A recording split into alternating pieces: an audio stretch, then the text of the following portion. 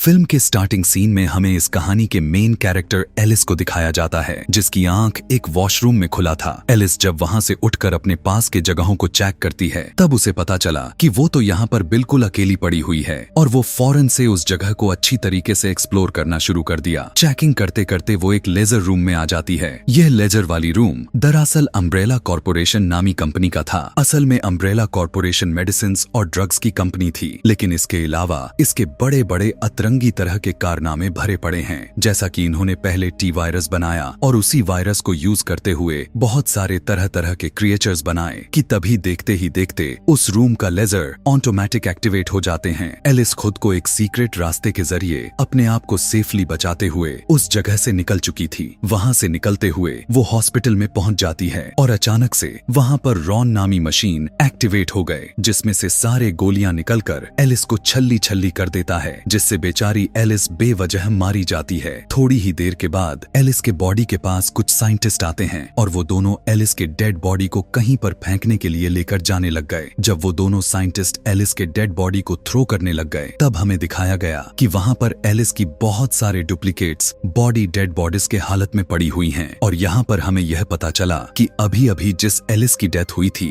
वो असल में रियल एलिस नहीं थी, बल्कि वो एक एलिस की कॉपी थी जिसे अम्ब्रेला कॉर्पोरेशन के एक डॉक्टर ने बनाया था और एलिस के डुप्लीकेट्स उन्होंने रियल एलिस की डीएनए से बनाई हुई थी। पूरी दुनिया की हालात को दिखाते हुए हमें बताया गया कि अम्ब्रेला कॉर्पोरेशन कंपनी के टी वायरस की वजह से पूरी दुनिया डिस्ट्रॉय हो चुकी है और अब इस दुनिया में कुछ ऐसा नहीं बचा जो लोगों को बताया जा सके कि ऐसा भी कुछ हुआ है। और अब बचे कुचे लोग जो कम मायनों में बचे हुए हैं वो इस बात से परेशान हैं कि उन सारे ज़ॉम्बीज़ से कैसे बचा जाए। इसके बाद हमें रियल एलिस को दिखाया गया कि अपनी बाइक पर सवार होकर सिटी के किसी दूसरे एरिया में जा रही होती है। एलिस के पास एक रेडियो भी था जिसके जरिए वो पूरी सिटी के एक्टिविटीज के बारे में जान रही थी। एलिस को रेडियो पर एक मैसेज मिला कि हम काफी मुसीबत में फंसे हुए हैं, प्लीज कोई हमारी मदद करें। यह सुनते ही एलिस उन सभी लोगों की मदद करने के लिए उस जगह पर पहुंच जाती है और यहाँ पर हमें पता चला कि जिन लोगों ने एलिस को मदद के लिए बुलाया हुआ था वो दरअसल अच्छे लोग नहीं थे, बल्कि वो एक ऐसी गैंग था जो लोगों को मदद के बहाने यहाँ पर बुलाते थे और उन्हें लूटने के बाद उन्हें जान से मार देते थे। इसी हालत में वे सभी एलिस को भी पकड़ लेते हैं। अब क्योंकि एलिस लोगों के मुकाबले में काफी ज्यादा ही पावरफुल थी, जो काफी कॉन्फिडेंस से उन सभी को मौत के घाट उतार देती है और वहां से वेपन्स उठाकर आगे बढ़ गई। एलिस के कुछ साथी जो कि सर्वाइवर्स थे वो खुद को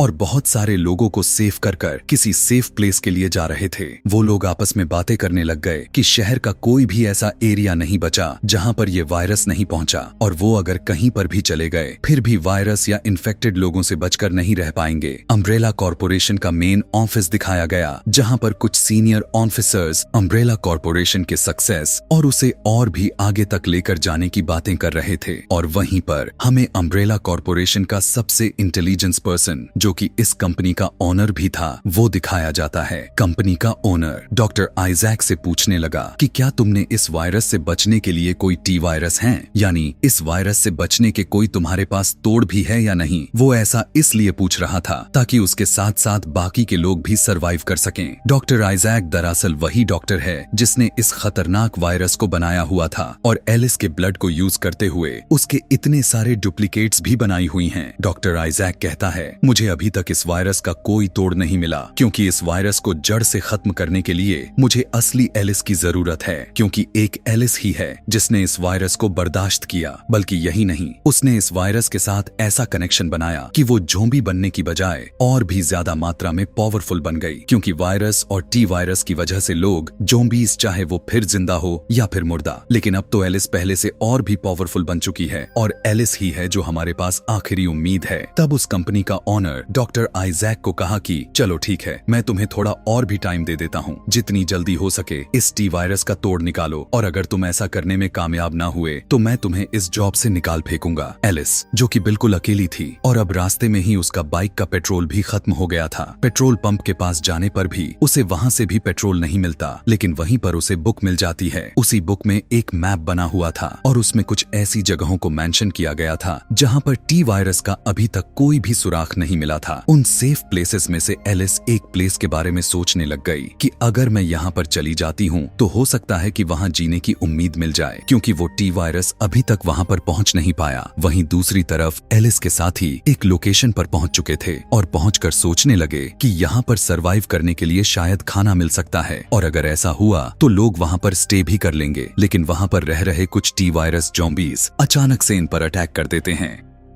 इसी खतरनाक हमले के दौरान एक ज़ॉम्बी एक सर्वाइवर लड़के को काट लेता है और वो भी इन्फेक्टेड हो जाता है। लेकिन वो यह बात किसी को भी नहीं बताया था कि इसे ज़ॉम्बी ने काट लिया है, बल्कि वो तो सभी के साथ बहुत ही चालाकी से नॉर्मल बिहेव करता रहा। सभी ज़ॉम्बीज के मारने के बाद वो लोग सोचते हैं कि अब यह जगह बिल्कुल पूरी तरह से सेफ है और हम यहाँ पर स्टे भी कर सकते हैं। रात में हमें दिखाया गया कि एलिस को अपने पास्ट के कुछ बातें याद आने लग गए थे और वो सोचने लग गई कि जब वो अम्ब्रेला कॉर्पोरेशन में थी तब उसके ऊपर कितने ज्यादा ही एक्सपेरिमेंट्स किए गए थे, और जहां तक पावर्स की बात करें तो अब उसके पास सुपरनेचुरल पावर भी मौजूद थी और यहाँ पर अब उसकी सुपरनेचुरल पावर एक्टिवेट होते हुए दिखाया गया। उसके आसपास जितने भी चीजें थीं वो हवा में फ्लाई करने लग चुकी थीं। हवा में उड़ने वाली चीजों में एलिस की बाइक भी मौजूद थी। एकदम अचानक से एलिस की आंख खुला और वो सभी उड़ने वाली चीजें नीचे आकर गिरने लग गए। नीचे काफी जोर से गिरने की वजह से एलिस का बाइक टूट जाता है। अब यहाँ से आगे बढ़ने के लिए एलिस के पास कोई भी रास्ता नहीं बचा हुआ था। एलिस अब वो अपना रेडियो ऑन किया। उसी रेडियो पर उसे एक न्यूज सुनाई दी और वो न्यूज उसके साथियों में से एक लड़की ही थी। वो लड़की अपनी लोकेशन बताते हुए कहने लगी कि हम उस जगह पर हैं और बिल्कुल सेफली तरीके से बचे हुए हैं। अगर कोई सर्वाइवर बचा हुआ है तो वो हमारे पास आ सकता है ताकि हम सभी उसकी मदद कर सकें। अब जबकि एलिस के पास और कोई रास्ता नहीं बचा था, इसीलिए वो उन लोगों की टीम को ज्वाइन कर लेती है। अम्ब्रेला कॉर्पोरेशन में डॉक्टर आइजैक नए ज़ॉम्बीज पर अपने न्यू एक्सपेरिमेंट्स करने में लगे हुए थे। वो एलिस के खून से बनाए गए एंटीवायरस को एक ज़ॉम्बी में इंजेक्ट करता है। एंटीवायरस की वजह से उस ज़ॉम्बीज को थोड़ी बहुत सोचने की क्षमता बढ़ चुकी थी, यानी मूल भाषा में कहा जाए तो उनमें अक्ल आ चुकी थी। लाइक वो रिसीवर उठाकर कॉल पिक करने की काबिल हो चुके थे, इवन सवाल जवाब करने में लग चुके थे। यह तो कुछ नहीं था, बल्कि वो सभी न्यू ज़ॉम्बीज जिस पर एक्सपेरिमेंट्स किए गए थे वो बड़ी ध्यान से पजल्स को सॉल्व करने में लगे हुए थे। लेकिन जब उस ज़ॉम्बीज के पास खड़े हुए साइंटिस्ट उसे कुछ मुश्किल पजल सॉल्व करने के लिए दिए तब उसे काफी गुस्सा आ जाता है। अब जाहिर सी बात थी कि अगर वो पजल उसके लिए मुश्किल था तब वो उसे नहीं सुलझा पाया होगा, और पजल को ना सुलझाने पर वो अचानक से उन्हीं साइंटिस्ट पर अटैक कर देता है। एलिस के साथ ही जिस जगह पर थे वहाँ पर बहुत सारे कौवे आकर बोलने लगते हैं। वो कौवे काफी अजीब नजर आ रहे थे क्योंकि अब वो भी टी वायरस का शिकार हो गए थे और वो कौवे भी अब इन्फेक्टेड हो चुके थे। और देखते ही देखते एक एक करके बहुत सारे कौवे इकट्ठे हो जाते हैं। अब एलिस के साथ ही पुलिस ऑफिसर्स इस बारे में डिस्कशन करने में लगे हुए थे कि अगर इतने सारे कौवों ने हम पर अटैक कर दिया तो यहाँ से निकलना काफी मुश्किल हो जाएगा, और इसीलिए भलाई इसी में है कि जितनी जल्दी हो सके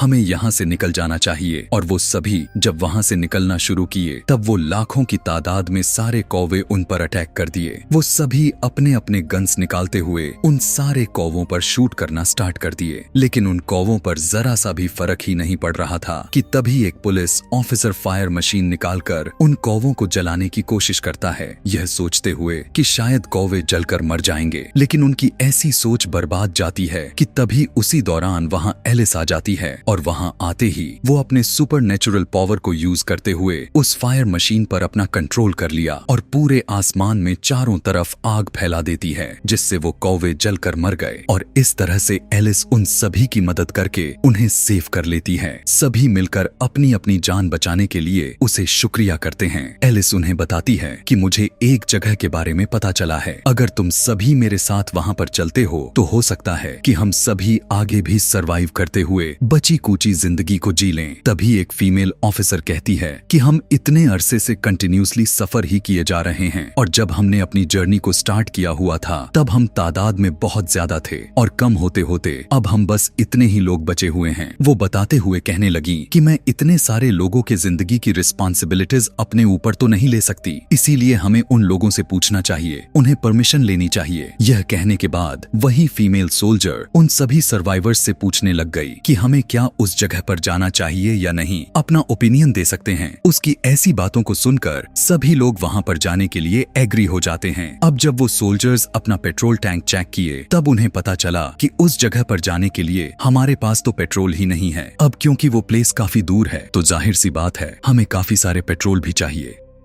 तब एलिस उन सभी को एक ऐसी जगह के बारे में बताते हुए कहने लगी कि मुझे लगता है कि शायद वहां पर पेट्रोल मिल सकता है। उस जगह पर पहुंचकर हम अपने फ्यूल टैंक्स को भर लेंगे और वहीं से उस सेफ प्लेस के लिए निकल पड़ेंगे। अगली सुबह वे सभी अपने थोड़े बहुत पेट्रोल को यूज में लेते हुए उस जगह पर जाने के लिए निकल पड़े थे। इधर अम्ब्रेला कॉर्पोरेशन में डॉक्टर आइजैक को इस बात का पता चला कि किसी जगह पर बहुत ही बड़ा ब्लास्ट की सिग्नल आ रही है। अब हमें काफी अच्छे से पता है कि पहले लाइक अम्ब्रेला कॉर्पोरेशन कंपनी के सुपर कंप्यूटर रेड क्वीन थी, लेकिन इसी कंपनी में एक अलग से व्हाइट क्वीन दिखाई गई जो सिर्फ डॉक्टर आइजैक के पास मौजूद थी। व्हाइट क्वीन डॉक्टर आइजैक को बताती है कि मैंने एक लोकेशन पर एक बहुत ही बड़ा ब्लास्ट नोटिस किया है। वो कहने लगी कि मुझे 100% यकीन है कि वो एलिस ही है और अगर आप उस टी वायरस का तोड़ बनाना चाहते हैं तो आपको किसी तरह एलिस को पकड़ना ही होगा। और वो अपने कंप्यूटर्स को कुछ इस तरह से सेटअप करता है कि सब कुछ उसी के कंट्रोल में आ गया था। कंप्यूटर पर अपना कंट्रोल करके वो ज़ॉम्बीज़ के ऐसी मिलिट्री बना देता है जो जाकर सीधा एलिस से लड़ने वाली हैं। एलिस भी अपने साथियों के साथ पेट्रोल लेने के लिए एक जगह पर रुकी, लेकिन वहीं पर डॉक्टर आइजैक के बनाए गए ज़ॉम्बीज़ उन पर अटैक कर देते हैं। सब लोग अपनी गन्स निकालकर उन सारे ज़ॉम्बीज़ को शूट करने लग जाते हैं, लेकिन वो खूंखार ज़ॉम्बीज़ अब पहले से कई ज्यादा तेज और पावरफुल थे और इसीलिए फाइट के दौरान वो ज़ॉम्बीज़ लगभग 10-12 लोगों को काफी खतरनाक तरीके से मार देते हैं। और यहाँ पर एलिस अपने पावर को यूज करके उन सभी ज़ॉम्बीज़ को मौत के घाट उतार देती है। अब जो कुछ भी इस जगह पर हुए जा रहा था वो सब डॉक्टर आइजैक के कंप्यूटर में कैप्चर हुए जा रहा था। डॉक्टर आइजैक अपने सैटेलाइट को यह कमांड देते हैं कि एलिस की पावर को बंद कर दिया जाए। ऐसा करते ही कुछ वक्त के लिए एलिस के पूरे पावर सच में बंद पड़ जाते हैं, लेकिन उसी दौरान यहाँ पर एलिस अपने सुपरनेचुरल पावर को यूज करते हुए उस सैटेलाइट को ही डिस्ट्रॉय कर देती है और फिर से एक्टिवेट हो जाती है। एक्टिवेट होने के बाद उसने देखा कि डॉक्टर आइजैक अपने पूरे टीम के साथ वहां पर पहुंच चुका है। यह देखते ही एलिस उस टीम पर अटैक कर दिया। तभी वहां पर काफी सारे तादाद में ज़ॉम्बीज़ आने लग चुके थे। उसी बीच एक ज़ॉम्बी डॉक्टर को काट लेता है। फौरन से अपने आप को डॉक्टर आइजैक बचाते हुए एक हेलीकॉप्टर में बैठकर वहां से जाने लगा। यह देखकर एलिस उस हेलीकॉप्टर पर शूट करने लग जाती है, लेकिन एलिस यह सोचते हुए अपने हाथ पर काबू कर लिया कि यही हेलीकॉप्टर हमें उस सेफ प्लेस तक लेकर जाने में मदद कर सकती है। इसीलिए वो उस हेलीकॉप्टर को वहां से जाने दिया।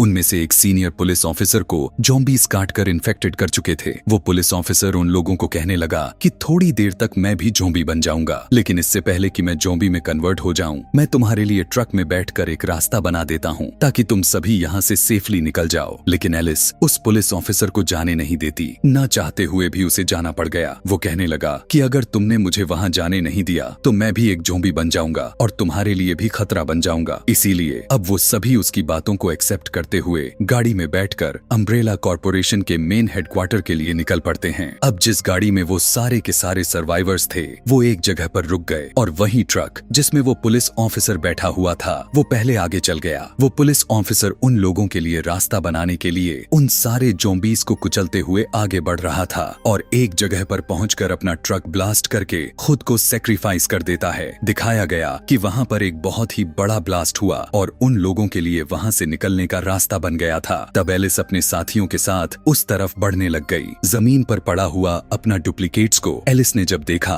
तो उसकी होश उड़ गया। यह देखने के बाद वो डिसाइड कर लिया था कि अब चाहे कुछ भी हो जाए वो डॉक्टर आइजैक को नहीं छोड़ेगी, उसे जान से मार देगी। एलिस एक फीमेल सोल्जर को कहने लगी कि तुम हेलीकॉप्टर में इन बच्चों को लेकर उस सेफ प्लेस पर चले जाओ, मेरा कुछ जरूरी काम रुका हुआ है, मैं उसे करके आती हूँ। और एलिस उस लैब के मेन एरिया में पहुंच जाती है और वहाँ पर वो व्हाइट क्वीन से मिली। एलिस व्हाइट क्वीन से कहने लगी अब से पहले मैं तुम्हारे सिस्टर रेड क्वीन से भी मिल चुकी हूँ, तो तुम यहाँ पर क्या कर रही हो। व्हाइट क्वीन एलिस को बताती है कि डॉक्टर आइजैक अब काफी ज्यादा ही बदल चुका है, क्योंकि डॉक्टर आइजैक को ज़ॉम्बीज़ ने काट कर इन्फेक्टेड कर दिए थे और इसीलिए डॉक्टर आइजैक ने उस ज़ॉम्बी वायरस से बचने के लिए तुम्हारे खून से बने हुए मेडिसिन को काफी मात्रा में अपने अंदर इंजेक्ट कर ली है। व्हाइट क्वीन एलिस को कहने लगा कि ओवरडोज की वजह से आइजैक अब इंसान नहीं रहा बल्कि एक खतरनाक तरह के क्रिएचर में बदल गया है और वो इसी लैब के बेसमेंट में मौजूद है।